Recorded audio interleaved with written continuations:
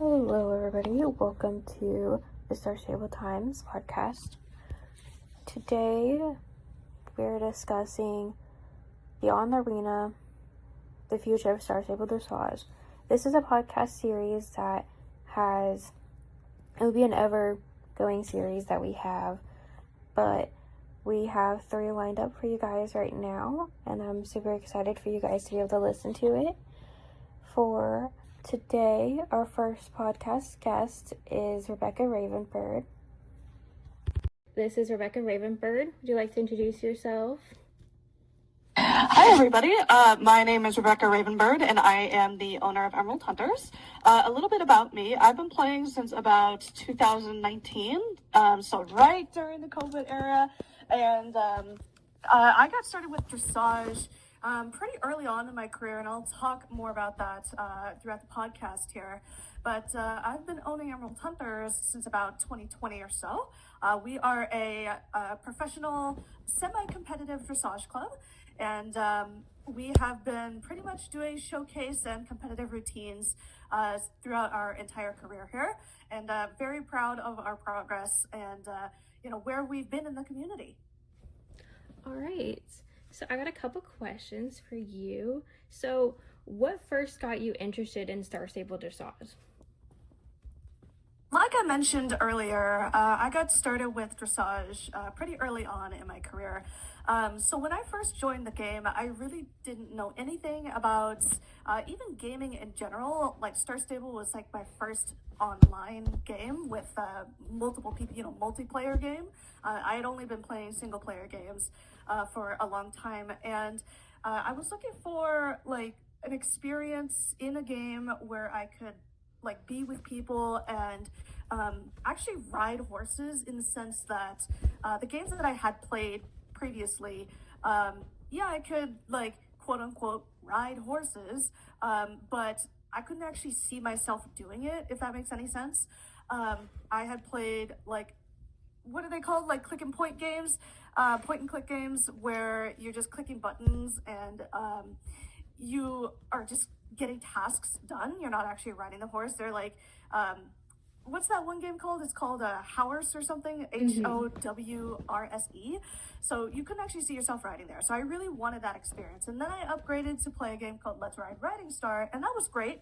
And it had dressage in it. It was like a typical show jumping cross-country dressage type of game. And that was great. But at the same time, that game was a little bit difficult with its controls.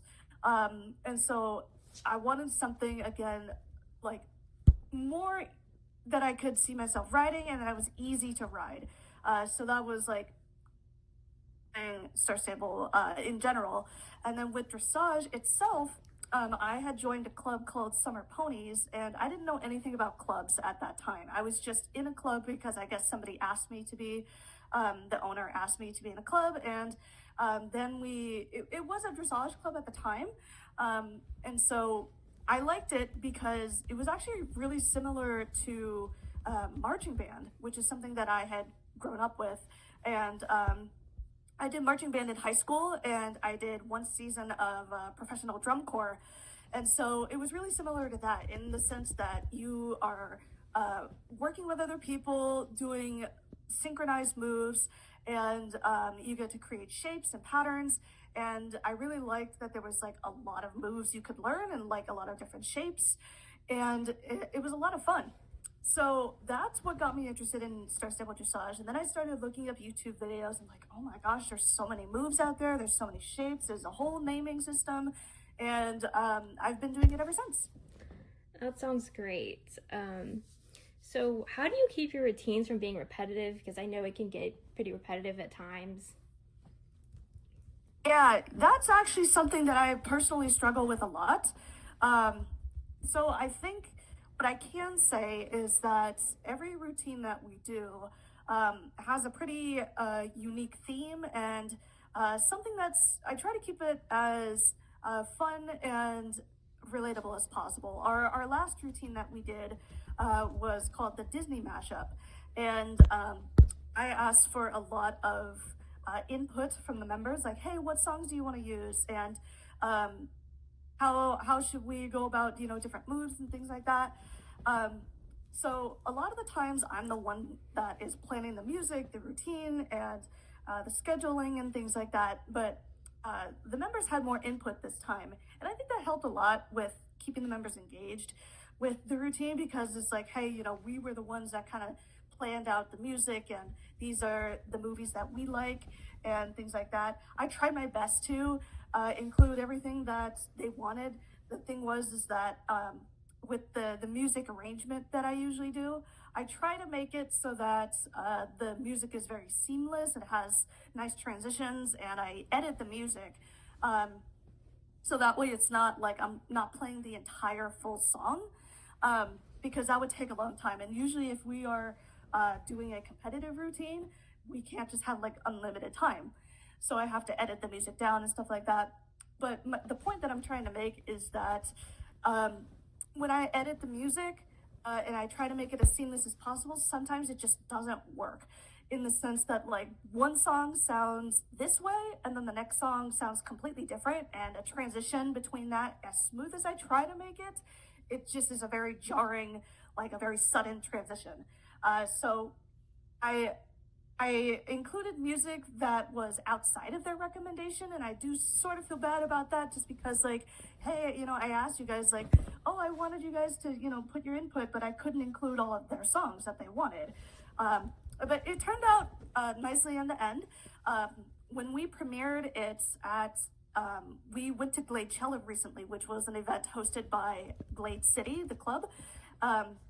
And everybody really liked the music. If they were like, wow, it's so nostalgic, like, oh my gosh, this song, I love this song, and they really enjoyed it. So the members themselves, I think in the end they realized like, oh, the music flows really well, and the choreography wise, I think that's probably what we're wanting to hear most about. Choreography wise, they also had a lot of fun with that. There was a lot of partner movement. There was a lot of line order changes. And so another thing that in this particular routine that worked really well, I think, I wouldn't say that it like worked really well, but it was different than most routines, because it was a very special case that we had this routine for. So we performed this routine live at Glade-Cella, and we had a very strict time limit on how long our routine could be, versus this routine was also used for our 6-year anniversary, where we have no time limit. We could do whatever we want because it's just a showcase. So for each performance, we actually had 2 different endings. So we had to learn 2 different endings within kind of a short amount of time. And so for the Glade-Cella ending, we kind of cut it off at 1 song, but then for the anniversary edition, we actually were able to do the full ending, like 1 more song. We had more choreography for the end of that part of the routine. So I think it was interesting having to kind of memorize 2 different endings is not something we've ever done before. And that kind of like gave the members something to, look forward to, like, oh my gosh, okay, we're doing this ending and we have to learn this choreography. And then for the anniversary, we have to learn a different ending.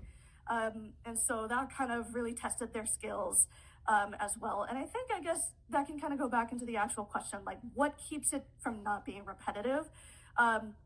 This is not something that we typically do, where we have 2 different endings, but it was something that was different from all other routines previously. Having to learn 2 different endings, we usually just only have to learn 1, and that's it. And so that was something unique, a unique experience for them. And I think that's something that they could kind of take with them as they continue doing more routines.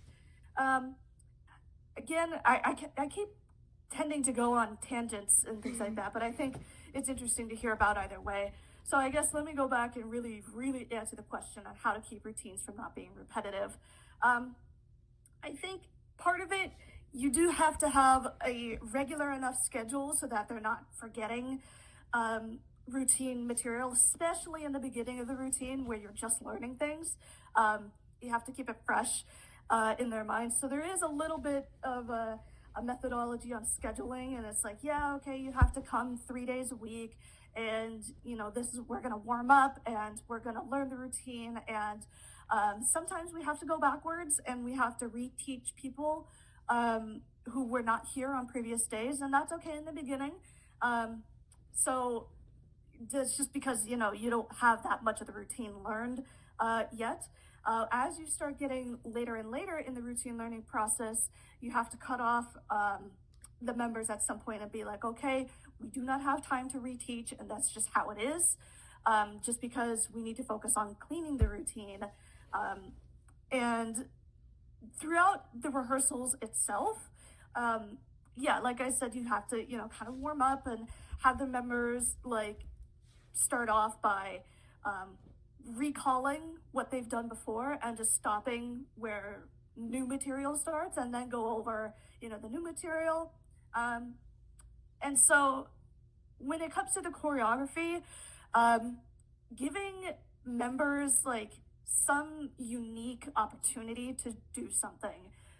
So for example, whether it's a line order switch where they have to become a line leader, or becoming a partner where they have to be aware of arena timing and they have to make sure that they're at the right place at the right time. It gives them independence on their part, where they're not just following somebody for a long period of time, or you know, they're having to manage their gaps in a different way than what they were before.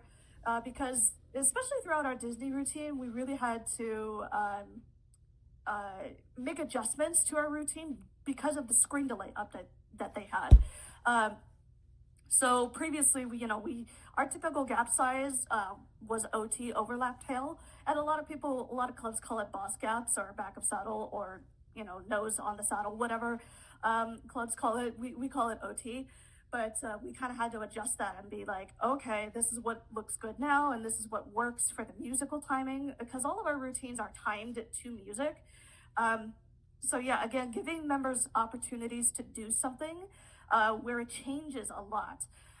So I think one other thing I could talk about in a previous routine was the last routine we did before this one was called Calliope's Lament. And that was, again, another unique routine. We don't typically do duet routines. We try to do like 4 or more people in routines, but this is the first time we've done something small. And for that routine, it was very story-based. Usually our routines are more focused on the music, and yeah, there's a story behind it, but our impact is through the music and the movements combined. But with Calliope's Lament, we really had to tell an interesting story with only 2 riders. And for that one, I did arranged music for that one, but the members, the 2 riders that were part of that routine, they also had a lot of input on not just the choreography itself, but like how to adjust the choreography to fit the music, because there were a lot of moments during the preparation period where the choreography just like didn't line up with the music, and I didn't know what to do to make adjustments. And so they were very good to providing feedback, like, hey, what if we do this? What if we slow down or speed up here? Or what if we add a move here, and let's just see what happens? And it was really great to work with them, like our little group of 3. And so, yeah, I think also giving members opportunities to tell you what it looks like from the floor, because what I tell my members is that ultimately the commander's perspective is more important than the rider's perspective, but at the same time, you as a commander, you need to also like step back sometimes and put yourself in the shoes of the rider, and put yourself on the on the floor, on the actual arena floor, and see what it feels like. Because yeah, that is still important. Like, it should feel cohesive, it should feel seamless as a rider as well, within reason, right? Because screen delay and stuff like that, it's going to look always different on their screen compared to mine, but at the same time, like, it should feel like a good experience to the riders as well. It should feel rewarding. It should feel like they had equal contribution to the routine and the choreography. And yeah, I think that's what I could say about keeping routines from being repetitive. Giving members opportunities to do something that's different, give them opportunities to provide you feedback, and really give them an opportunity to feel like they're rewarded and feel like they're contributing to a routine. Absolutely, I agree with all of that. So where do you see Star Stable Dressage in a few years? Sorry about that. I had to take a sip of water here. You're okay. Okay, dressage in a few years. Well, I think that's a really interesting question. And already the community has innovated quite a bit with routine work. But I think there's also something to be said about Star Stable, the team itself, on how they can help us with dressage. So let's start with talking about the community, The community is really good at being innovative and creative and giving us moments where it's like, wow, I did not know that was possible. I'm writing that down. And there's been a lot of competitions ever since, I've been in the community. The Star Stable Dressage server and community is currently like the biggest go-to place if you want to compete and be a part of rankings and things like that. And the competition requirements have been really interesting. Like, what are the themes of the routine, and what do you need, like, rider count wise, and are you going to be required to use a certain piece of music? Are you required to do something within a certain amount of time? Are you required to use a certain part of the arena? Are you required to have X amount of riders that come in and out, or whatever? And I think that's, part of it is like, how can the community leadership, right, the highest kind of powers in the community, give creative opportunities for new clubs and teams that come in every year, right? Because there's a lot of clubs and teams that return every year to compete, but there's also new clubs and teams that are debuting or showing for the first few times. And so they sort of have that responsibility, I guess, to come up with routines that challenge riders. So the SSD community, I think, has done a pretty good job of coming up with routine competition requirements that are like, wow, okay, that's really gonna challenge our riders to, that's gonna challenge me as a commander, that's gonna challenge our riders who are doing this for the first time and, being put on the stage here. So I think that's part of it. Now, also, it's not just the SSD community. There's lots of other showing communities that are out there. And those are also great for people that are not quite ready to compete with SSD quite yet, or they're just not aware of SSD, and this is their first community that they're involved with. So I think having those servers are also really important because they still provide competitive experiences. It's just different, right? I think it's good to have different experiences with dressage showing communities that are out there. And I wish I could list out all the communities that I know, but I'd like to continue on here. So let's talk about the community itself, the clubs and the teams that are doing all of this. I think the Star Stable community is very good at taking ideas and then transforming them into something else. So I think what I can say is Star Stable clubs, they tend to have a signature move. They have a sort of signature style or something that what their routines kind of look like. For example, Sea Vikings, they are very well known for doing their windmills. They're very, very good at that. And anytime you see their fjords or their big percherons doing their windmills, that's a Sea Vikings routine. PQL, they really like to do any of their elite moves from their dictionary, like Ambassador, Barbie. They have lots of signature moves that they will like to do. It's like, oh, that's a move from them.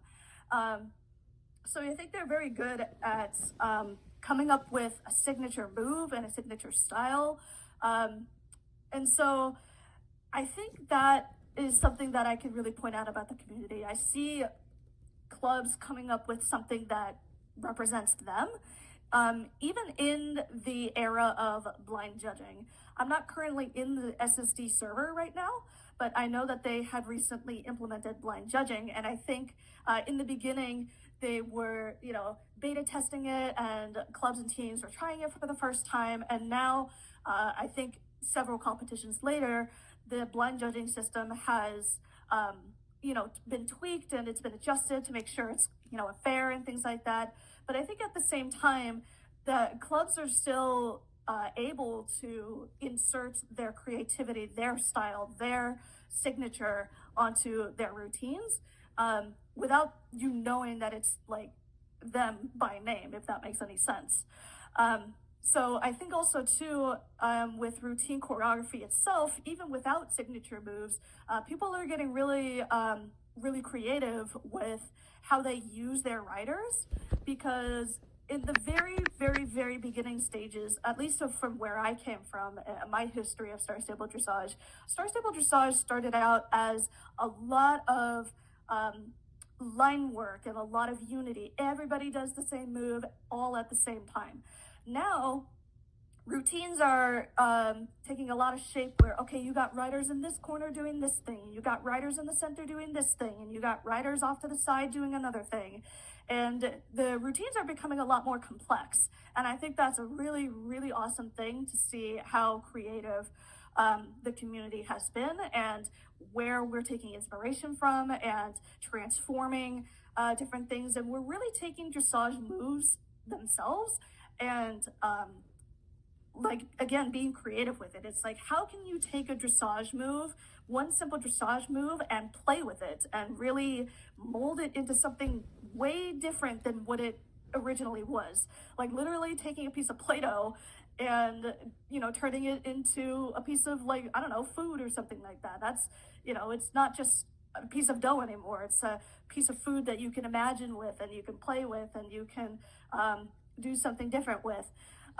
So I think that's something that the community has really done well. So then let's talk about the Star Stable team itself. What is it that the Star Stable team can do to help out the dressage community? Well, in my opinion, there's two things. Number one is, in the arena, the dots are really awesome. I'm not sure if you are aware, or anybody in our audience is aware of what happened when Star Stable updated the arena. The very first time that they had done that was like 2020 or something like that, 2021. I'm not quite sure what year it was, but we had come to a point up until then that we had really been using the textures on the arena floor for arena lines and dots and a grid pattern that we could all agree on to mathematically make the arena equal and use it in a way to help us with our dressage to create symmetry and create different shapes and things like that. But when Star Stable updated the arena, they really took those textures away, and they made the arena floor very monochromatic, and it looked great in a sense, but from a dressage perspective, it really kind of jarred us. It really disturbed our progress. And not that the Star Stable team had to do that, but they did eventually add our dots back into the arena, and now we use it all the time. And so yeah, we're really grateful for the dots and things like that. But at the same time, if they added a much more defined grid system where there's actual connecting lines and things like that, but not only that, but we have our arena dots now, but if they added intermediate lines, so lines in between dotted lines that we have now, I think that would make things a lot easier. And again, this is going back to what I was saying earlier from my origins in marching band. In marching band, we have a very unique grid system that we use on a football field. You don't actually get to see this grid system, but during rehearsals, we actually use tape, we use spray paint to mark out different patterns or grid lines in the football field, and we have a very special way of measuring the distance between the yard lines on a football field. And so by having additional lines on the arena floor, I think that would help a lot to give extra points of reference for the riders to use. Another thing that I would be very, very helpful, that I think would be really, really helpful, is the ability to use cones and place cones down on the arena floor. The closest thing we have right now is the preset obstacle courses that they have. You can go to the board and you can click on option A and you get like little cross rails and ground poles, or like option C, you get a different set of props, which is great. You can use that for your club and that's a lot of fun, or you can use that for a live show if you are into realistic roleplay live showing. But for clubs, we don't use that as often.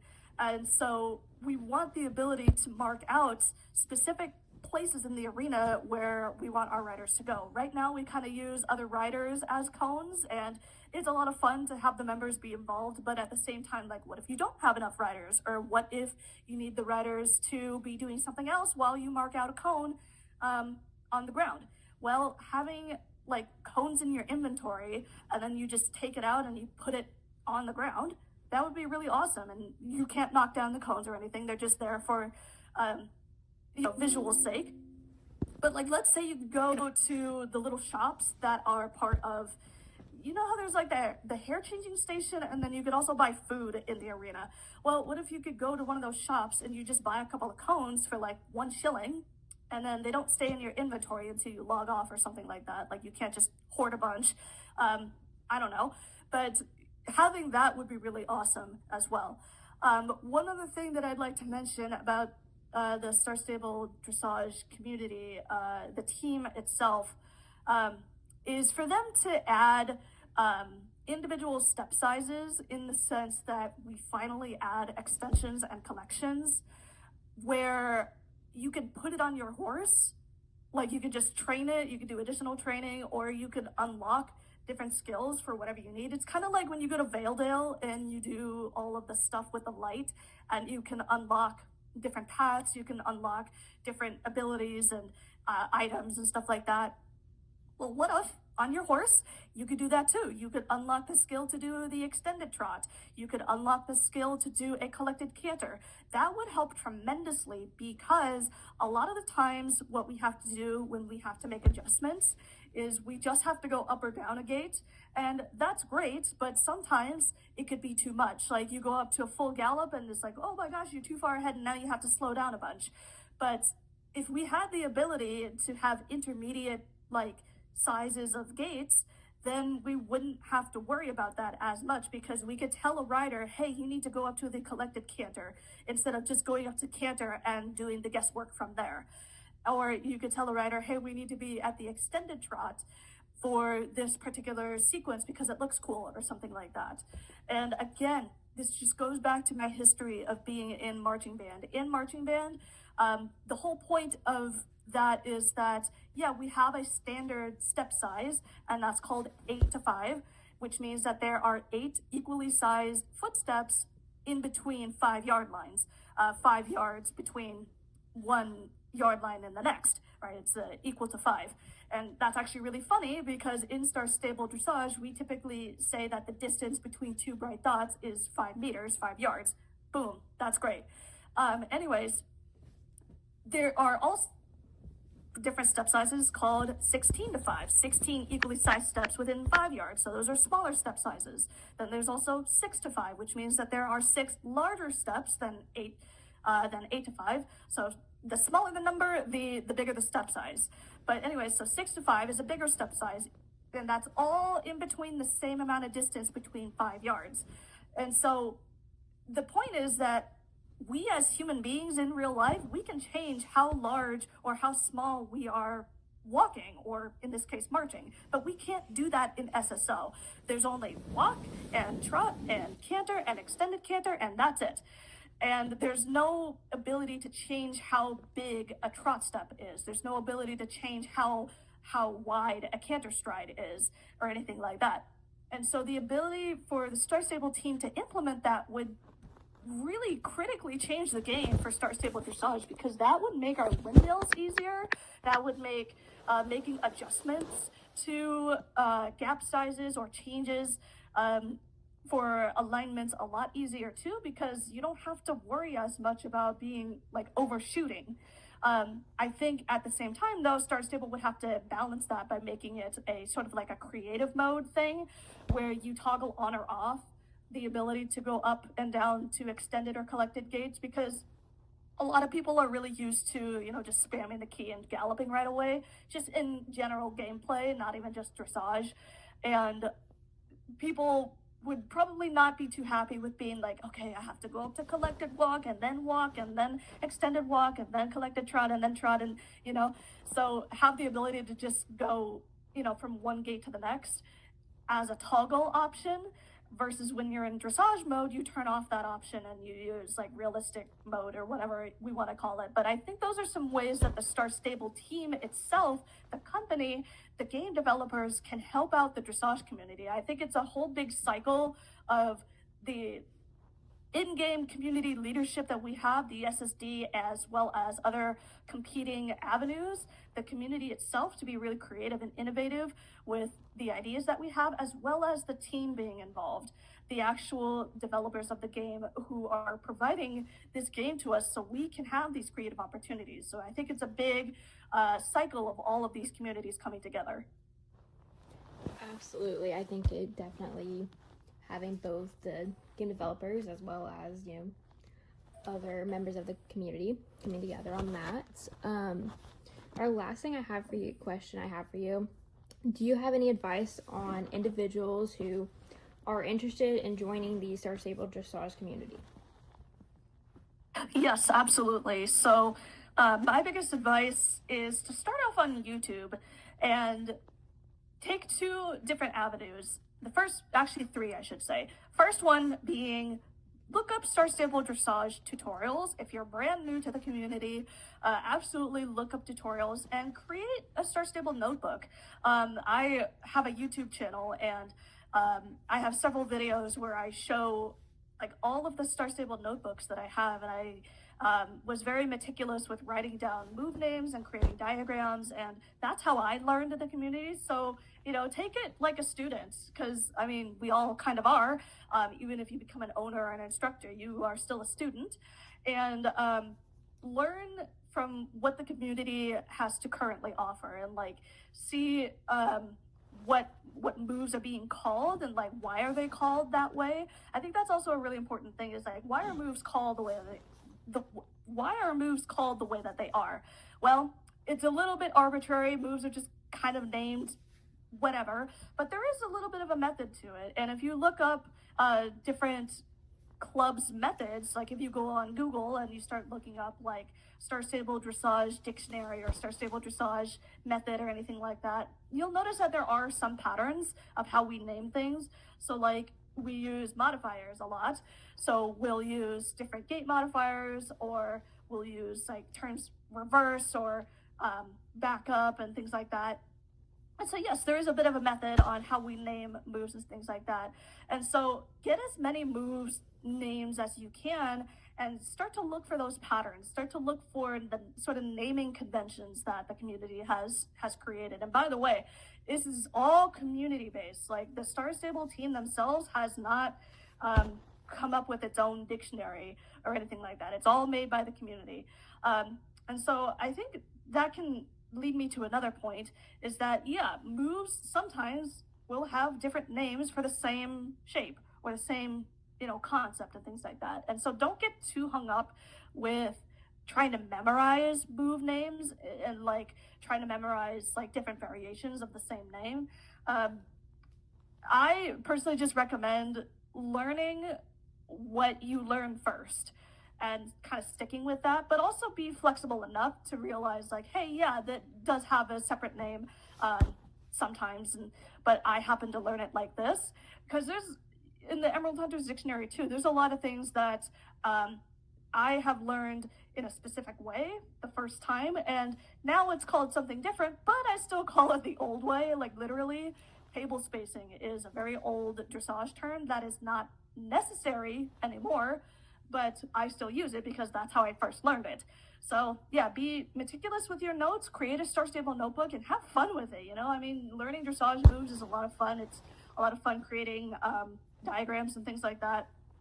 So my next tip is to still be online and be on YouTube and things like that, but start looking up how clubs are run and how dressage practices work, because sometimes there's YouTube tutorials which specifically focus on moves, but then look at like inside a dressage practice and see what it's like. If you want to join a dressage club, I think that's one of the best ways to learn dressage, because it's one thing to learn by yourself, but it's another thing to learn with a group and having to work together with other people.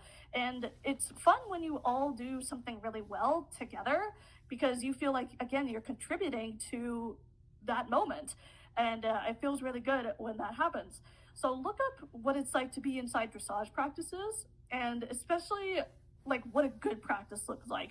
A practice where you're just kind of going through the moves and, you know, it's just moves itself and you're not really like doing exercises or anything like that. It is a little boring sometimes. And so what I'm trying to say is that, you know, look for practices where you could put that in your notebook. Like literally you are actually actively learning something, and you're also learning technique.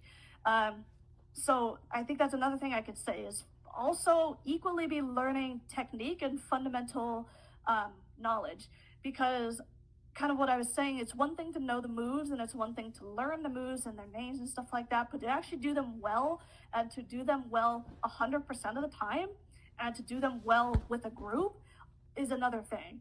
So learn about, you know, gaps and alignments, and learn about the quadrant system, and learn about how to make adjustments, and learn about screen delay and things like that.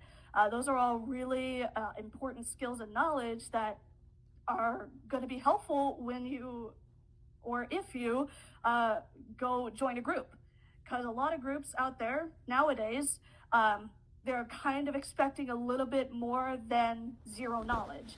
And that's an interesting piece of history, actually. I think I can kind of speak on a little bit. When I was starting out in SSO dressage, it was completely okay if you didn't know anything, like at all. These days, a lot of clubs kind of want you to at least know curls. They want you to know your way around the arena and things like that. And some clubs, they will not accept you if you don't have beginner knowledge. And that's okay, right? Because some clubs are very competitive and they want you to be ready to go and things like that.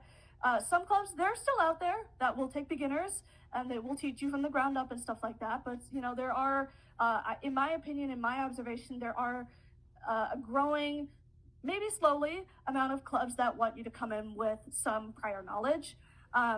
So that's another thing too, is like, take your time to really watch externally how other clubs do things, and, you know, watch practices online before you kind of start going joining clubs and things like that. And that's actually a great thing, you know, when clubs ask you on an application, hey, you know, what amount of dressage do you know, or do you know any dressage? You can tell them like, hey, this is my experience. I've watched a lot of YouTube videos, and I've never been in a club before, or whatever. And you can say that like, I'm ready to learn your method or something like that. And I think kind of the final piece of the puzzle here is to go onto Google, like I mentioned earlier, start looking up club dictionaries. There's a lot of clubs out there that have a website that have published dictionaries and their moves and things like that. So for example, if you were to look up Terrific Tigers, they have currently retired, but at the same time, their dictionary is still public, and you can learn how they used to do dressage, their method, and how they bring up their members. PQL has a completely different method of their dictionary. Their dictionary is focused on fundamental technique first, and then they have moves that are specific to their dictionary and not a global universal dictionary. Then of course you have the SSD dictionary, the Star Stable Dressage, like official dictionary. They have an equal amount of moves and theory. Emerald Hunters, our dictionary is moves based, and it's always been moves based. But at the same time, we have theory. Actually, it's not public. Our theory is not public, but our theory is more, you can see that more on our YouTube channel, but our dictionary is laid out in learning order, in the sense that they're not necessarily grouped by like intermediate and, well, it is, but like within each level, our dictionary is like, okay, what's the easiest intermediate move to learn first? What's the next easiest intermediate move to learn after that kind of thing, versus the moves kind of being in a random order. And there's nothing wrong with moves being in a random order. Let's make sure I'm clear on that. The SSD dictionary is laid out, okay, here is just all of the moves that we consider intermediate, as far as I know. Haven't been on the SSD dictionary in a while, but here are all the moves that we consider beginner. Emerald Hunters, we say, okay, this move, we think you should put this first in when you're first learning dressage. Or this move in the beginner dictionary, we actually consider this intermediate, or whatever. And so it's interesting to study how different clubs will organize their dictionaries. What do they prioritize as important to learn? How do they phrase things? What do they consider as part of their dictionary as being the easiest and the hardest, and things like that. So I think those are the three different sort of avenues to get started with. Is go on YouTube and look up move tutorials. That's step one. Step two is look at inside practice videos and watch actual practices and see how clubs do things. And then step three is to look online on Google and look up different dictionaries and see how their clubs are laid out. The final piece of the puzzle I want to mention is Discord. And I know the Star Stable team is not in support of using outside communication tools, and rightfully so. But at the same time, there are a vast majority of dressage clubs that you would see on YouTube that use Discord, and it's a very, very useful platform and tool for, number one, calling out dressage moves and instructing efficiently, right? Because we all know the chat filter often does not like to agree with what we put into the chat. And so having the ability to voice call and speak what your intent is as an instructor, and what you mean to say, you could just say it and you don't have to worry about the chat filter or anything like that. And so that's part of it. And then number two is sharing information about dressage moves. It's hey, you can click on this link and here's the dictionary that we use, and it opens a Google form, or not a Google form, but a Google Doc, or it actually opens a website with your dictionary on it and stuff like that. You can share pictures and diagrams of moves on Discord. And then finally is just organization. Hey, we have a practice in 10 minutes. Hey, we have a practice in whatever. This is what the practice is going to focus on today. Please look at this channel, look at this piece of information before you come to practice, or something like that. Especially when it comes to routine work, it is very difficult to share routine ideas, in my opinion, through just the Star Stable chat. And sometimes you just need diagrams, you just need videos of your routines to share that with the writers so that they can understand it and understand it efficiently. So yeah, Discord is a really, really useful platform. And I understand that, Star Stable, the team, is not very supportive of that. And there are a lot of safety concerns with Discord, and I'm not going to lie to you about that. I see it all the time. But, at the same time, if you are really looking for an experience like what you see on YouTube, or you see a whole bunch of other clubs out there, you just happen to stumble upon clubs that are kind of out there, there's a good chance that they use Discord. And when I started in the community, I didn't know that Discord was a thing. And I don't know how I was able to, get a Discord account and start joining servers and things like that. But it was probably a YouTube video that was probably hey, we're on a Discord call and this is how we do dressage here. And, I'm hearing them call out go commands and oh, that's how you can do dressage. And, I've been on Discord pretty much ever since. So again, it is a really useful tool. Be aware of the things that I had just mentioned, that it is theoretically and technically against Star Stable's terms of service, as well as the safety concerns that are a part of the platform. I'm not going to go too deep into it, but it is something to be aware of. But yeah, again, ultimately, if you're really looking for that experience, I think it is a useful tool, and you should consider it if you are of age. So let's see. There was one other thing I was going to say. Hold on, let me think about it. What was I going to say? Because I didn't have it in my notes. So I was just improvising it. Oh, yes. One other thing I want to say, this is actually going backwards a question. So I don't know how much you can edit this, but I did want to put it in. Mhm. So for the third question, where do you see Star Stable Dressage in a few years? There's a program that's being developed right now, and it's actually having its version 2 come out like this week, I think the 24th, July 24th, this Friday. It's called Rideful. So Rideful is this is not sponsored or anything, but this is something that's really innovative. But Rideful is a web app designed to help you plan out routines and help you choreograph routines. And it's a really great tool because up until now, we didn't have any sort of programming or any sort of like external planning devices or apps or anything to create our routines. At least me personally, when I create routines for Emerald Hunters, I do it all on paper first, and then I transfer it to drawing it on Procreate, and then I transfer that to be on a Canva document, and then I take that Canva document link and put it in our Discord server so that our members can read our diagrams. Well, that's kind of a big process, and you have to do step 1 of paper, and then step 2 of Procreate, and then step 2 of putting it on Canva, and then sharing that step 4 with the members and stuff like that. That takes a long time. But with Rideful, it's just the web app itself. You literally just type in the website and you start planning and go. And it's really great because it allows you to not have to log into Star Stable itself to plan out your routine. And it's all digital. So you can basically just kind of draw your routine in the program, and it just automatically moves the horse for you. With drawing itself, when you're just on paper and pencil and stuff like that, you can't visualize necessarily. You can't see the horses actually moving on paper. And that's where your routine planning sometimes takes a little bit of a turn. It's like, oh, you do this on paper and you wanted it to happen this way, but due to the Star Stable physics, it just didn't work.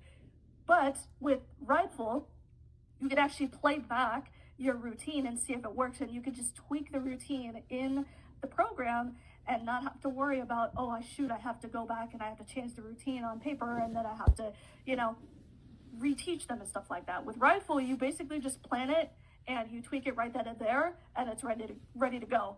And so I think that's a major change that we've seen thus far. I think the development began pretty much this year or late last year, and again, with its version 2 coming out really soon, they're adding new features. They're adding, I think, improved user interface and things like that. It is a freemium model. I will be transparent about that. You are allowed a free account and stuff like that, but if you want additional features, you will have to pay a subscription for it. I don't believe it's very expensive, I will say that. I don't remember what it is off the top of my head, but I think that is something to share about the program, is that it's free to use to get started with, and it will get you pretty far just on its free basic model here.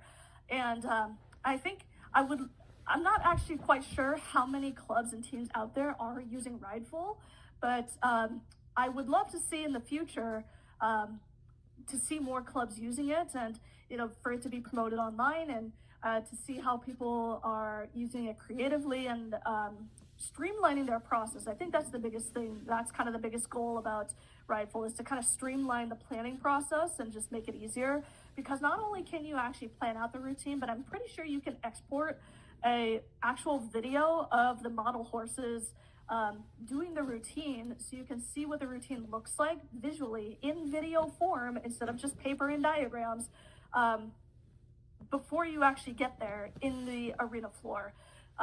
Because again, then you don't have to worry about editing the diagrams too much. You just kind of edit the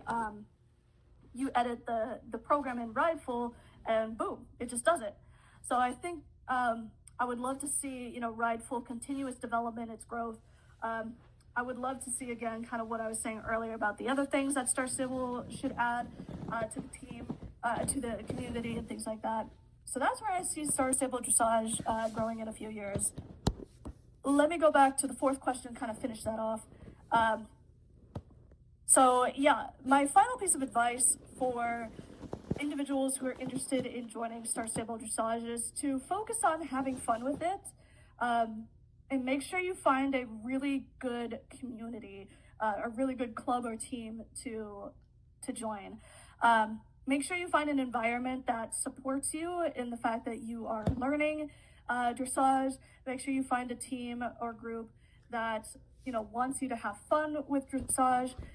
Make sure you find a group that helps you with whatever goals that you have. If you want to be really competitive, find a competitive group. But if you want to be more relaxed and you want to learn dressage more at your own pace and be kind of slow and gentle with it, then find a club that will accommodate that. There are lots of clubs out there, and they will.